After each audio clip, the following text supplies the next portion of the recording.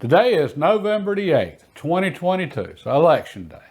And according to the polls, you Republicans, y'all are set to do pretty good tonight. But I wanted to give y'all one piece of advice. That's don't blow it. I mean, seriously, don't mess this up. I've seen y'all do that too many times in the past. Don't do it this time. I want to start by saying I am not a Republican. I'm a conservative. Yeah, that evil C word, that's me.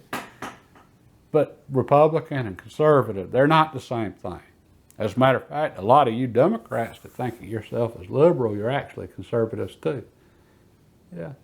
Do you want to save the environment? Okay, if you're all about saving the environment, then you are an environmental conservationist. Conservationist, conservative, same root word, conserve. If you're all about saving the environment, you're a conservative. Yeah, I know. Truth hurts sometimes, but you are. And a lot of you Republicans that think of yourself as conservatives, you're actually liberal. Yeah. How many of you older Republicans that think of yourself as conservative have one of these? Cell phone, smartphone. So you gave up your rotary dial telephone for one of these. So you adopted to new technology. Well, you're liberal, at least in terms of technology. And liberal means open to change, and conservative means wanting to conserve, wanting to stay the same. And most of us are both. And some things we want to change, other things we want to stay the same. And as a nation, we need both. Sometimes things change, technology changes, times change, we need to change. Sometimes we need to keep a handle on things and keep them from changing so rapidly and so fast. We need both. Okay, with that said, conservative, liberal, that's our individual values. Republican and Democrat, those are parties, political parties, and some of the individuals in them may or may not have values. Okay, and for myself, I used to think of myself as a Republican. I remember when Ronald Reagan was elected, and I was little then. But I remember the sense of optimism he brought to the country. I mean, it was infectious. And times were not good when he was elected. When he left, times were good. Okay, and I thought of myself as a Republican because of him. All right, fast forward to 2003, I think it was. Republicans took over the House again. I think they had the Senate too. And they made Tom DeLay Speaker of the House. All right, as soon as they did that, I realized at that moment that the Republican Party was just as corrupt as the Democratic Party. Yeah, both parties, corrupt to the core. Tom DeLay, he was a crook, and you didn't need to hear him talk but a couple of minutes, and you knew he was a crook. And the Republicans made him Speaker of the House. That told me all I needed to know about Republicans.